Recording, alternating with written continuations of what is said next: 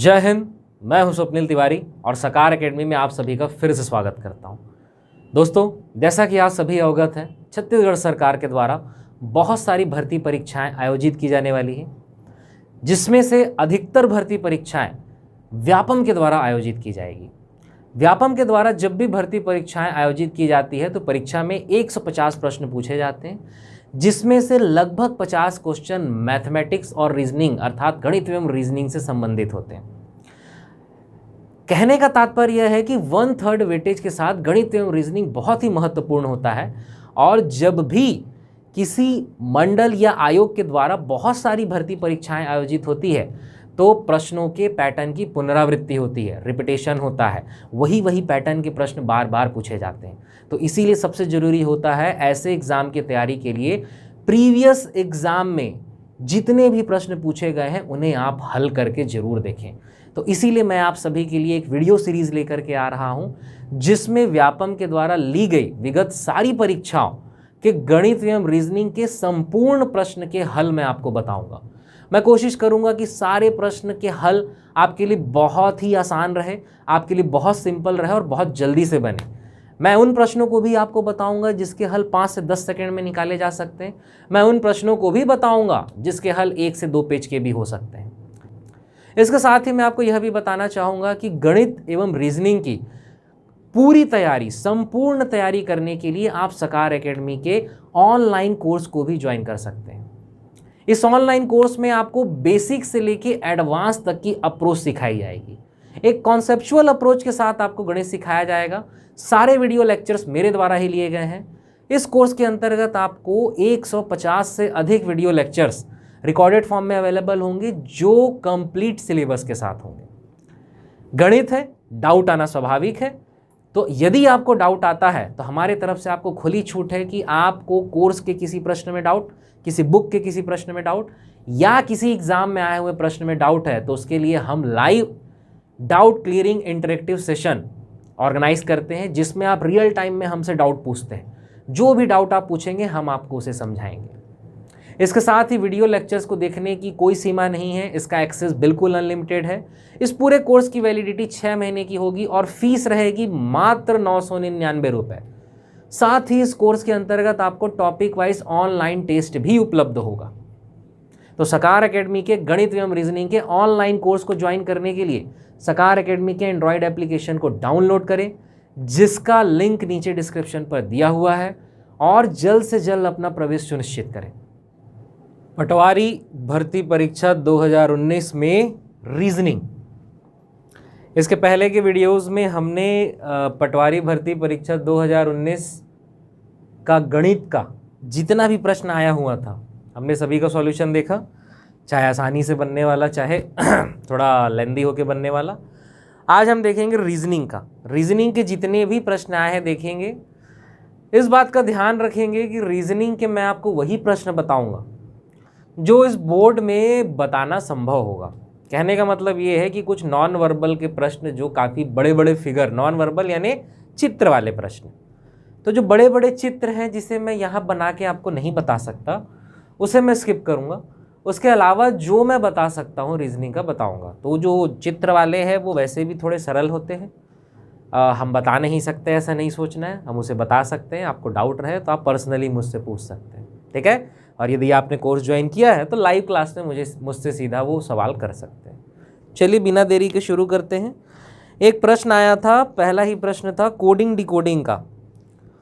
आपको दे दिया था गोरख, GORAKH, को कूटबद्ध किया जाता है 769 से। किससे किया जाता है? 769 से। तो उसी प्रकार श्याम को, उसी प्रकार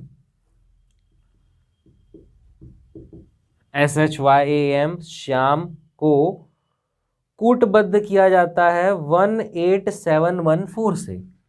18714 से।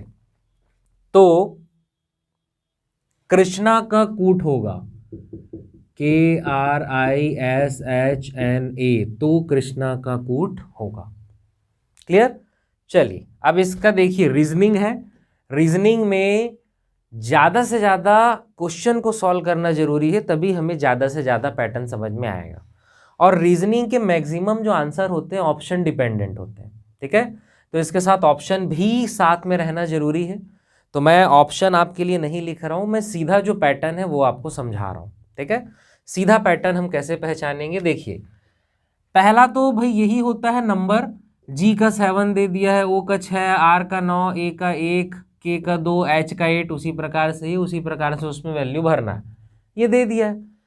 लेकिन अब आप यहाँ पे गौर करेंगे, यहाँ पे है आई और आई यहाँ कहीं नहीं है, यानी डायरेक्ट नंबर लेने वाला कोई पैटर्न इसमें नहीं है। बात समझ में आ रही है? इसमें कहीं भी एन नहीं है और यहाँ कृष्णा में एन भी दिया हुआ है, बाकी सब है, एस है, के है, ए है, बाकी सारे लेटर मिल जाएंगे। तो आई और एन का क्या करेंगे, यहाँ तो नहीं दिया है, कोई नया ले सकते हैं, ऐसा नहीं सोचना, इसमें पैटर्न ढूंढना है। अब इस प्रकार का यदि रहेगा तो पैटर्न स्वाभाविक है, जो अल्फ़ाबेट है उसका कोई कोड होगा और उसी से ये पैटर्न आया होगा। कोड कहने का मतलब A for 1, B for 2, C for 3 से लेके Z for 26 तक, ये आपको याद होना चाहिए। तो देखिए G का कोड 7 होता है, ये एज इट इज 7 यहाँ पे लिख दिया गया। O का कोड होता है 15, O का कोड होता है 15 और 5 और 1 कितना होता है 6, समझ आ रहा है। R का कोड होता है 18 और 8 और 1 कितना होता है 9, समझ आ रहा है। A का कोड होता है 1, तो उसको तो कुछ करने की जरूरत नहीं है। K का कोड होता है 11, 1 और 1 कितना हो जाएगा 2, और H का तो होता है 8। इस प्रकार कोडिंग की गई है। अगर ये हम सही पहचान रहे हैं तो यही पैटर्न यहाँ लगना चाहिए, लगा के देखते हैं। भाई S का कोड होता है 10 और 1 और 0 यानी कितना 1, यही है। H का कोड होता है 8, एज इट इज लिख दिए। Y मतलब होता है 25, 25वां लेटर है Y, और 5 और 2 कितना होता है 7, लिख दिए। A का होता है 1, लिख दिए। M का होता है 13, 3 और 1 4, लिख दिए। यही पैटर्न यहाँ पे लगा देना है, लगा दीजिए। K का कितना होता है, K तो भाई हमारे पास निकला हुआ है, ज़्यादा नहीं सोचना है, पहले तो जो निकला हुआ है वही लिख देना है। K का कितना आ जाएगा 2, R का कितना होता है भैया 9, I का नहीं पता, हिम्मत निकालो। S था आपके पास, S का कितना होता है भैया 1, H था आपके पास, H का कितना होता है 8, N का नहीं पता और A का कितना होता है 1। ये दो आप अभी तक नहीं निकाले, ये दो आप अभी तक नहीं निकाले और पैटर्न पहचान गए। यदि पैटर्न नहीं पहचाने होते तो क्या केवल इतने से आंसर आ सकता है? क्या केवल इतने से आंसर आ सकता है? मैं चेक करता हूं आपके लिए। पहला ऑप्शन दिया है 2 9, मैच खा रहा है। उसके बाद आखिरी वाला दिया है 1। मैं एक बार ऑप्शन लिख दे रहा हूं आपके लिए।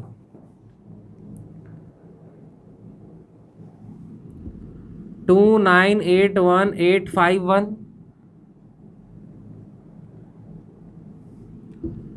2 9 9 1 8 5 1, 2 8 9 1 8 6 1,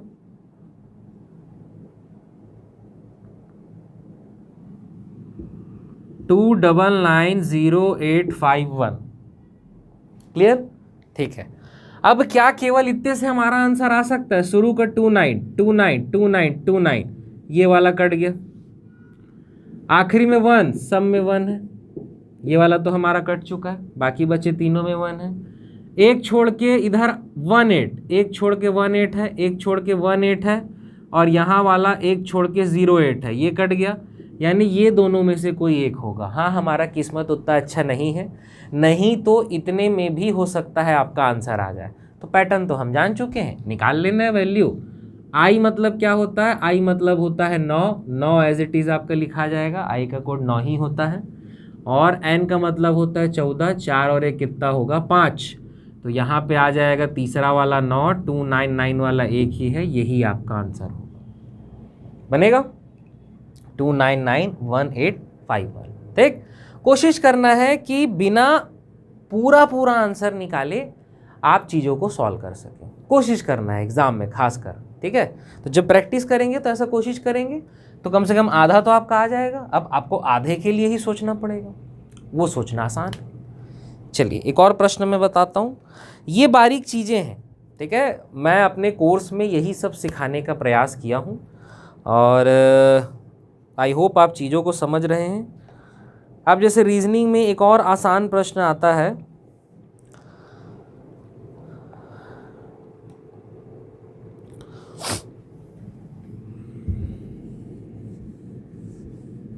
इसे भी लिखना पड़ेगा मुझे।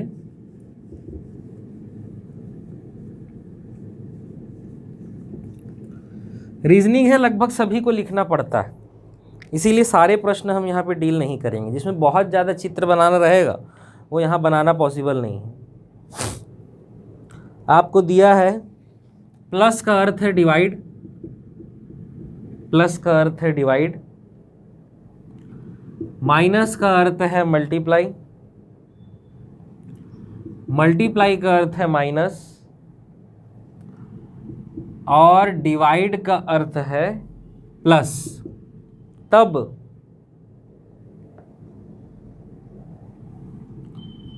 6-3 डिवाइड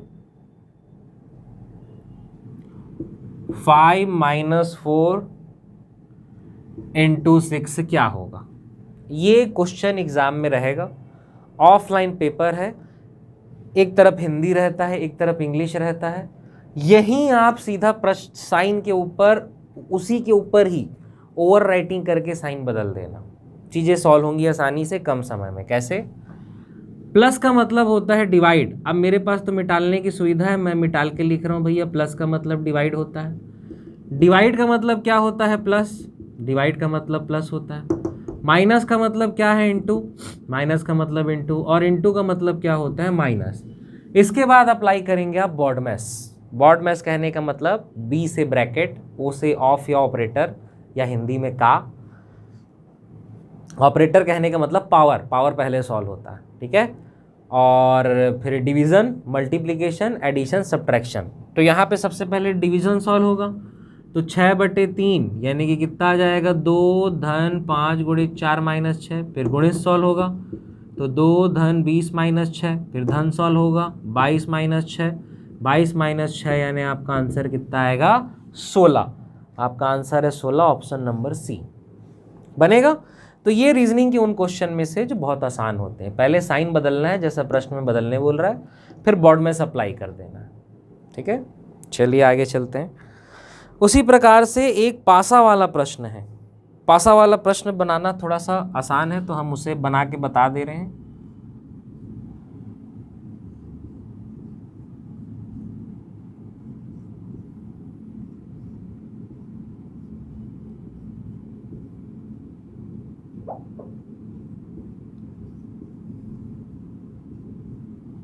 ये पासा है, अज्यूम कर लीजिए। बहुत सुंदर नहीं है पर आपके समझने के लिए पर्याप्त है। यहाँ पे दे दिया है आपको ADF, उसी तरीके से दे दिया है यहाँ पर CF और E, उसी तरीके से यहाँ पे दे दिया है आपको A, B और D। अब प्रश्न आपसे पूछ रहा है कि यदि सबसे ऊपर B है तो उसके नीचे कौन सा अक्षर होगा। सबसे ऊपर यदि B फॉर बैट है तो उसके नीचे कौन सा अक्षर होगा। तो सबसे पहले ढूंढो B कहाँ है। B आपका यहाँ पे है, ठीक है। B के अलावा जो अल्फ़ाबेट है इस पासे में, B के अलावा जो अल्फ़ाबेट है कौन कौन सा है? A और D। अब ढूंढो A और D साथ में कौन से पासे में। यहाँ A और D है क्या? नहीं। यहाँ A और D है क्या? नहीं। अब देखिए यहाँ A और D है, बचा केवल B। यहाँ A और D है, बचा केवल F, यानी B के पीछे आपका F ही होगा। इस तरीके से निकाला जाता है। तो पासा को सॉल्व करने के 2-3 पैटर्न में से एक पैटर्न ये। अब 2-3 पैटर्न सारा तो मैं आपको एक प्रश्न में नहीं बता सकता, उसके लिए हमारा ऑनलाइन कोर्स है, मैं याद दिलाते रहूँगा आपको बार बार, तो उसे आप ज्वाइन कर सकते हैं। पासा की सारी वैरायटी जो मेरे से बन सकती है मैंने बताई है, उसमें 3-4 वैरायटी से और सॉल्व होता है। ये एक बार और देख लीजिए। B के नीचे क्या होगा आपको निकालना है, तो B के साथ कौन है? A और D। अब देखो ए और डी कहाँ है, ए और डी यहाँ है, यहाँ ए और डी के अलावा केवल क्या है बी, यहाँ ए और डी के अलावा केवल क्या है एफ, तो बी के पीछे कौन होगा, एफ बनेगा। चलिए बहुत अच्छी बात है। अब रीजनिंग में एक और प्रश्न मैं आपको बताता हूँ सीरीज वाला, ठीक है। अच्छा एक प्रश्न में हम और चर्चा कर लेते हैं, क्लासिफिकेशन का क्वेश्चन था। क्लासिफिकेशन कहने का मतलब चूज ऑड वन, दिए गए ऑप्शन में जो अलग है उसको छांटिए या दिए गए कथन में जो भिन्न है उसे बताइए। यानी 3 का कुछ किसी कारण से युग्म बनता है और एक उस युग्म में नहीं आ रहा है। जैसे आपको दिया है कोलकाता, मुंबई, इलाहाबाद, तिरुवनंतपुरम, ठीक है। आपको 4 ऑप्शन दे दिए हैं, क्या क्या दे दिया है भैया,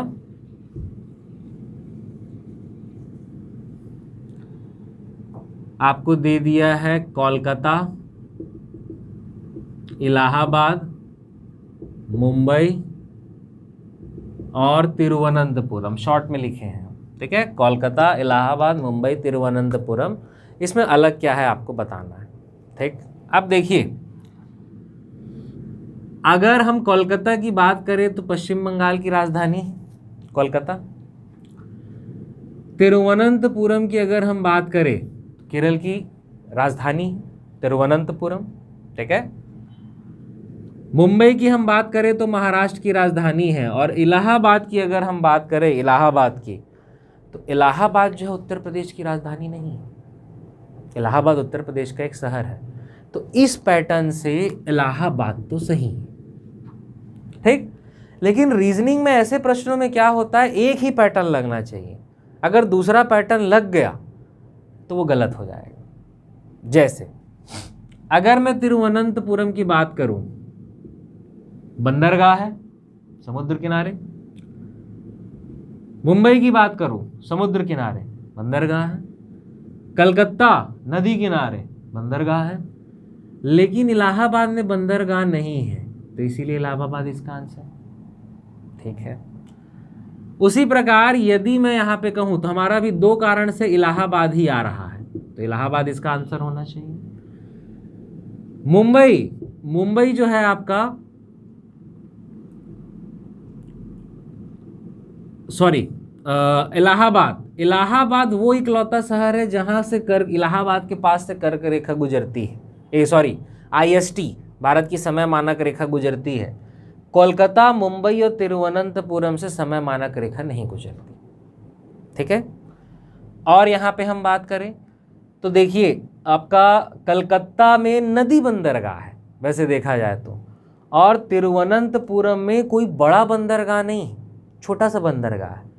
तो जो बंदरगाह वाला लॉजिक है उससे हो सकता है कि हमारा आंसर ना है। लेकिन ओवरऑल 2-3 कारण, एग्जाम में हमेशा ऐसा ही सोचना, 2 से 3 कारण सोचना इस प्रकार के प्रश्न में कि वो एक ऑप्शन मिल रहा है कि नहीं। हाँ, तो आप 2 से 3 कारण सोच रहे हैं और आपको एक ऑप्शन ही मिल रहा है, क्या, इलाहाबाद, तो इलाहाबाद आपका आंसर हो सकता है, ठीक है। लेकिन जो मेरे पास आंकड़े हैं उसमें कहीं ना कहीं व्यापम ने इसे डिलीट किया है, इस क्वेश्चन को डिलीट किया है। तो हो सकता है कोई और कारण किसी ने ढूंढ लिया होगा और लगा दिया होगा दावा आपत्ति, तो व्यापम को उसे डिलीट करना पड़ गया, ऐसा होता है। और ऐसा भी होता है कि आयोग जो है जैसे कि CGPSC बिना कारण के भी कभी कभार प्रश्नों को डिलीट कर देता है, तो डिलीट है। बाकी हमारे हिसाब से आंसर इलाहाबाद है, कुछ और कारण से कुछ और यदि रह सकता है ऑप्शन आंसर तो ये डिलीट हो जाएगा। तो इसीलिए ऐसे प्रश्न तो बनाने ही हैं, छोड़ने नहीं है, ये समझाना मैं चाह रहा हूँ, ठीक है। चलिए आगे चलते हैं।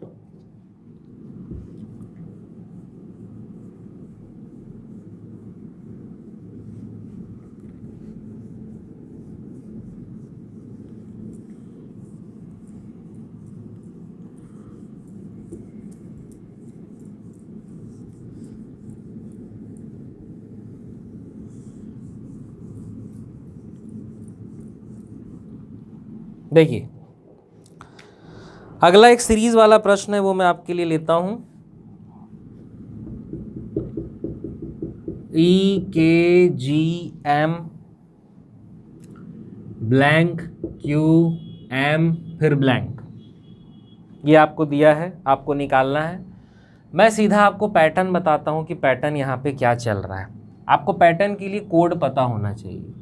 जैसे E का कोड होता है 5, के का कोड होता है 11, जी का होता है 7, उसी तरीके से एम का होता है 13, क्यू की अगर हम बात करें तो ये होता है 17, एम का होता है 13। कोड यदि हमें पता हो, सिंगल अल्फ़ाबेट यदि दिए हैं तो सीरीज़ पहचानना बहुत आसान होता है। जैसे 5 से 11 यहाँ पे क्या हो रहा है भैया, +6 हो रहा है, ठीक। फिर उसके बाद 11 से 7 यहाँ पे क्या हो रहा है, -4 हो रहा है। 7 से 13 फिर यहाँ पे क्या हो रहा है, +6 हो रहा है। 13 से फिर यहाँ पे 17, बीच वाले को निकालना है। अब बीच वाले की अगर हम बात करें तो ये -4 है, हम यहाँ पे -4 कर लेते हैं, ठीक है। चलो -4 कर लेते हैं, तो 13 - 4 यानी कि 9, यानी यहाँ पे क्या होना चाहिए, एक प्रकार से आई होना चाहिए -4 करने के लिए, ठीक है। यही पैटर्न क्योंकि अभी हमको समझ आया है। अब यहाँ से -4 के बाद +6 करना है, तो आई का कोड कितना होता है भैया, 9। 9 + 6 करेंगे तो क्या आएगा, 15। 15 मतलब यहाँ पे क्या होना चाहिए था आपका ओ, लेकिन यहाँ पे क्या दे दिया है, क्यू दे दिया है, यानी गलत हो जा रहा है ये। मतलब यहाँ पे -4 का पैटर्न नहीं आएगा। समझ आ रही ना बात। अगर इसी को पकड़ के हम चले, +6 -4 +6, फिर से अगर हम यहाँ पे -4 कर दे तो -4 करने से क्या आना चाहिए था यहाँ पे 9, क्योंकि 13 था। 13 से -4 करने से क्या आना चाहिए था, 9। और 9 यदि यहाँ पे आ रहा है मतलब आई होगा, और उसके बाद आई में यदि +6 करोगे, 9 में 6 जोड़ोगे तो 15, और 15 होता है ओ का, पर यहाँ पे आपको क्या दिया है, क्यू, इसीलिए ये -4 नहीं होगा।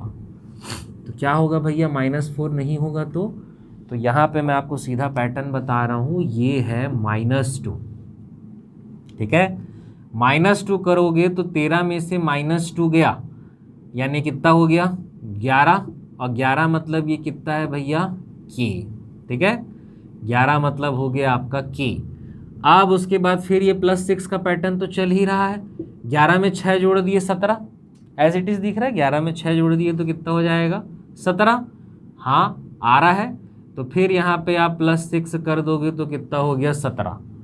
फिर उसके बाद 17 से 13 हो रहा है, यहाँ पे क्या हो रहा है, -4। अब समझ आ रहा है पैटर्न थोड़ा थोड़ा, +6 -4 +6 -2 +6 -4, फिर होगा +6 और -2।